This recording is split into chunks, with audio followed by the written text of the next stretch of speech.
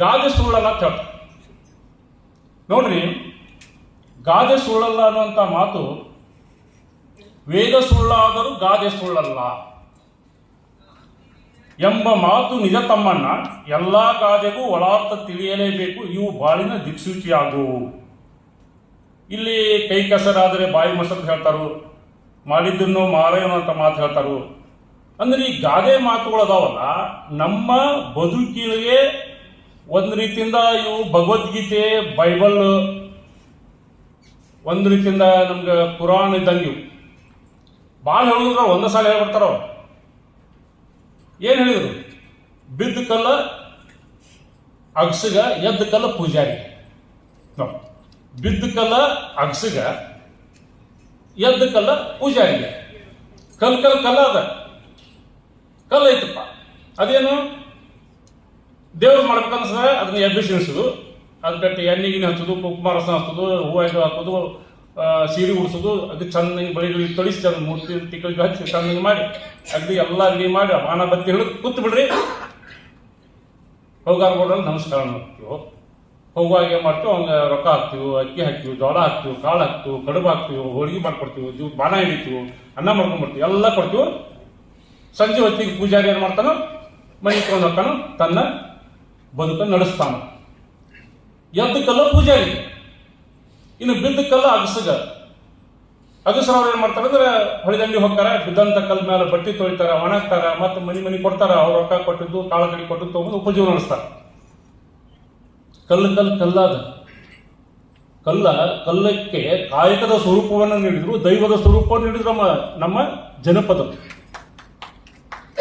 ಯಾಕಂದ್ರೆ ಜನಪದ ಏನು ಕೇಳ್ತಾರೆ, ಬಯಲು ವಿಶ್ವವಿದ್ಯಾಲಯದ ಜನಪದ ತಾಯಿಂದ್ರೆ ಏನು ಕೇಳ್ತೀವಿ ನಾವು ಅಂದ್ರೆ, ಬಯಲು ವಿಶ್ವವಿದ್ಯಾಲಯದ ಕೋಲು ಹಿಡಿಯದ ಪ್ರಾಧ್ಯಾಪಕರು. ಯೂನಿವರ್ಸಿಟಿ ಪ್ರಾಧ್ಯಾಪಕರು ಬೇರೆ, ಡಿಗ್ರಿ ಕಾಲೇಜ್ ಇರುವಂತ ಪ್ರಾಧ್ಯಾಪಕರು ಬೇರೆ, ನಾವು ಶಾಲೆಯ ಶಿಕ್ಷಕರು ಬೇರೆ. ಏನೂ ಅಲ್ಲಿ ಇವರು ಯಾವ ಶಾಲೆಗೆ ಹೋಗಿಲ್ಲ, ಯಾವ ಪುಸ್ತಕ ಓದಿಲ್ಲ.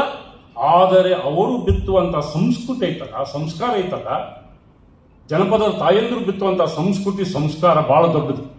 ಅದಕ್ಕೆ ಅವ್ರನ್ನ ಏನಾಗ್ತಂದ್ರೆ ಕೋಲು ಹಿಡಿಯದ ಬಯಲು ವಿಶ್ವವಿದ್ಯಾಲಯದ ಪ್ರಾಧ್ಯಾಪಕರು ನಮ್ಮ ಜನಪದ ತಾಯಂದ್ರ ಕಾಟ. ಅವ್ರು ಎಷ್ಟು ಚಂದ. ಈಗ ನೋಡಿ, ಜಾನಪದ ಅಂದ್ರೆ ಯಾವ್ದಂದ್ರೆ, ಜಾನಪದ ಯಾವ್ದಂದ್ರೆ ತಾಯಿ ತನ್ನ ಮಗಳಿಗೆ ಕಲಿಸುವಂತಹ ಕಸೂತಿ ಕಲೆ, ಹೆಣಿಕಿ ಕಲೆ, ಶಾವಿಗೆ ಹಂಗ ಮಾಡ್ಬೇಕು ಅನ್ನೋದ್ ಕಲೆ, ಶೇಂಗಾ ಚಟ್ನಿ ಹೆಂಗ್ ಕುಟ್ಬೇಕು ಅನ್ನೋ, ಪುಂಡಿ ಪಲ್ಯ ಹೆಂಗ ಮಾಡ್ಬೇಕು ಅನ್ನೋ ಕಡೆ, ಅಡುಗೆಯನ್ನು ಕಲಿಸುವುದು, ಹಾಡುವುದನ್ನು ಕಲಿಸುವುದು, ಕಸೂತಿಯನ್ನು ಕಲಿಸುವುದು, ಹೊಲಿಗೆಯನ್ನು ಕಲಿಸುವುದು, ಇದು ಜಾನಪದ. ತಾಯಿನ ತನ್ನ ಮಗಳಿಗೆ ಬರುವಂತಹ ಬೀಸುಕಲ್ಲಿನ ಪದಗಳನ್ನು ಹೇಳುದು, ಜೋಗುಳ ಪದಗಳನ್ನು ಹೇಳುದು. ಬೀಸುವಂತ ಸಂದರ್ಭ ನಾವು ದೊಡ್ಡವರು ಬೀಸುವಾಗ ತನ್ನ ಹೆಣ್ಮಕ್ಳ ತೊಡಿ ಮೇಲೆ ಮಲಗಿಸೋದು ಹಾಡ ಹಾಡೋದು. ಎಷ್ಟು ಬೀಸ್ತಿದ್ರು ಅವಾಗ, ದೊಡ್ಡ ಬೀಸುಕಲ್ಲ ಅವಾಗ. ಈಗೆಲ್ಲ ಹಿಟ್ಟು ಗಿರ್ ಬಂದವ್ರಿ, ಗಿರ್ನಿಲ್ಲ ಅವಾಗ. ಅರ್ಧ ಚೀಲ ಜೋಳ ಮಗ್ಲ, ಒಂದು ಕಡೆ ಹತ್ತಿ, ಒಂದ್ ಕಡೆ ಸಸಿ.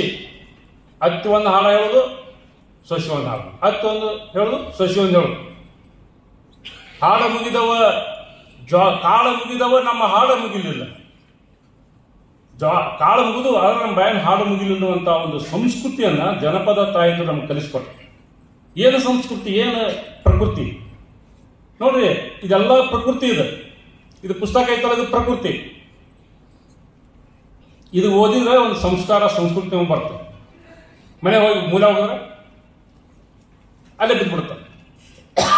ಮನ್ಯಾಗ ನೀವು ಹಾಲು ಕಾಸ್ತೀರಿ, ಹಾಲು ಕಾಸುವಾಗ ಹಾಲು ಕುದಿಯುವಂತ ಹಾಲು ಪ್ರಕೃತಿ ಅದು.